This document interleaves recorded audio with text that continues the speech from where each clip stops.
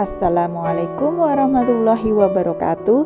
Saya Rina Fitriani dari SDIT Nurul Islam Pare, CGP Angkatan 4 akan memaparkan aksi nyata modul 1.1 terkait pemikiran Ki Hajar Dewantara.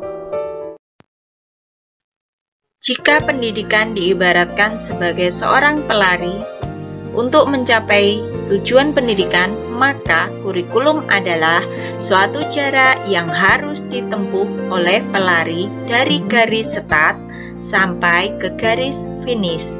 Dalam hal ini, SDIT Nurul Islam telah menerapkan dua kurikulum, yaitu kurikulum nasional dan kurikulum terpadu. Untuk kurikulum terpadu ini adalah memadukan nilai-nilai keislaman di dalam kurikulum nasional. Kurikulum yang diterapkan di sekolah yaitu yang pertama, kurikulum nasional.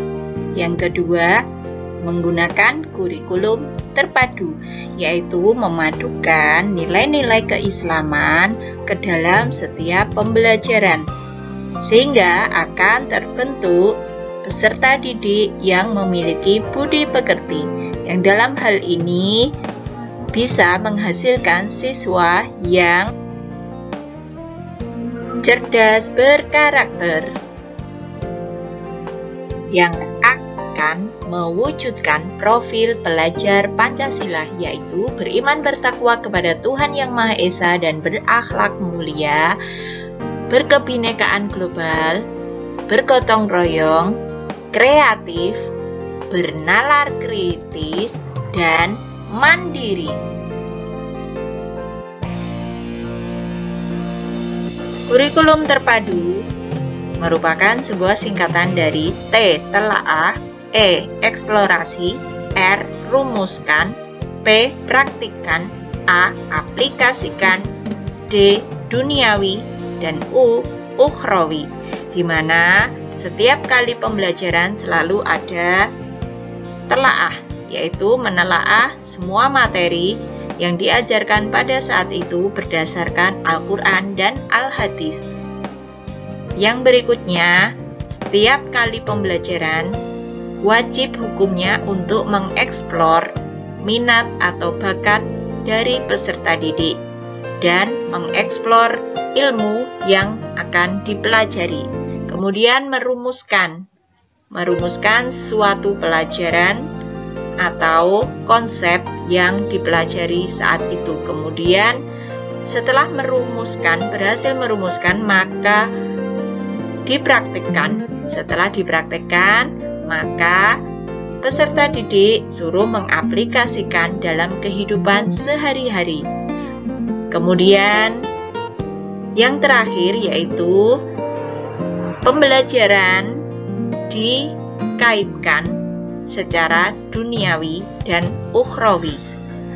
Dalam hal ini berkaitan dengan kontekstual pembelajaran. Implementasikan kontekstual pemikiran filosofis Ki Hajar Dewantara, SDIT Nurul Islam mengambil beberapa strategi. Yang pertama, pendidikan budi pekerti melalui kegiatan ekstrakurikuler pramuka, di mana seluruh siswa wajib mengikuti kegiatan tersebut. Yang kedua, secara berkala pembelajaran akan melakukan permainan yang menggembirakan. Dalam hal ini mengacu pada pedoman taman siswa. Yang ketiga, yaitu melalui pembiasaan beribadah dan tugas karakter yang dilakukan di rumah dan di sekolah. Kegiatan pramuka merupakan implementasi pertama yang dilakukan di SDIT Nurul Islam, karena kegiatan pramuka merupakan motor penggerak dalam pembangunan karakter bangsa. Di antaranya yaitu kedisiplinan, keberanian, kesetiaan, ketangkasan, patriotisme, dan keterampilan.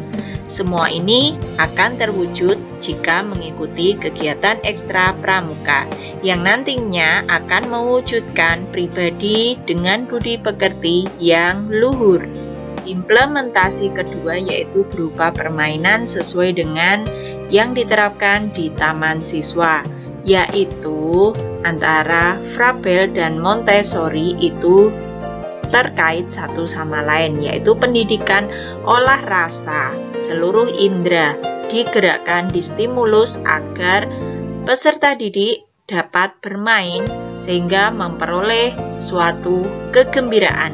Dari kegembiraan inilah peserta didik akan mudah mendapatkan pengalaman belajar yang menyenangkan, sehingga secara alamiah peserta didik akan senang belajar. Bisa dikatakan sebagai merdeka belajar, karena peserta didik bebas mengeksplor gerak, pikiran, dan tutur kata dalam permainan. Implementasi ketiga yaitu pembiasaan beribadah, baik di sekolah maupun di rumah. Ketika di sekolah, maka guru yang wajib memantau dan menuntun serta membimbing siswa agar bisa melakukan sholat dengan benar. Dan ketika di rumah, orang tua hendaknya bisa menuntun para peserta didik agar bisa melakukan sholat dengan benar dan tertib. Implementasi yang terakhir yaitu pembiasaan tugas karakter, baik di rumah maupun di sekolah, sesuai dengan jenjang usia.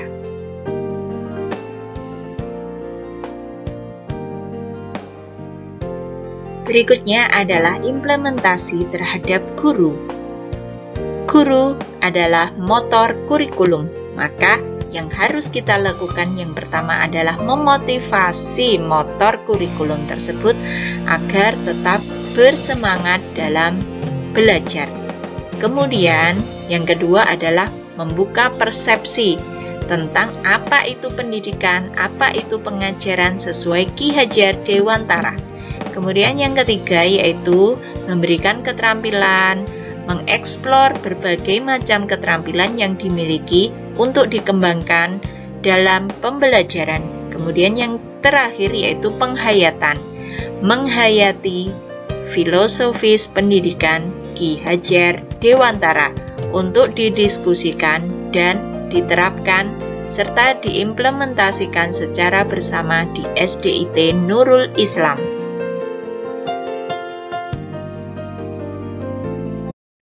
Kesimpulannya adalah belajar langsung di lingkungan untuk kemudian bisa memecahkan suatu masalah yang nantinya akan muncul keterampilan dalam berpikir yang akhirnya nanti muncullah sebuah relevansi dengan kehidupan, yaitu terkait sensitivitas, belajar terpadu, aplikasi, dan kemudian terampil dalam membuat refleksi kehidupan.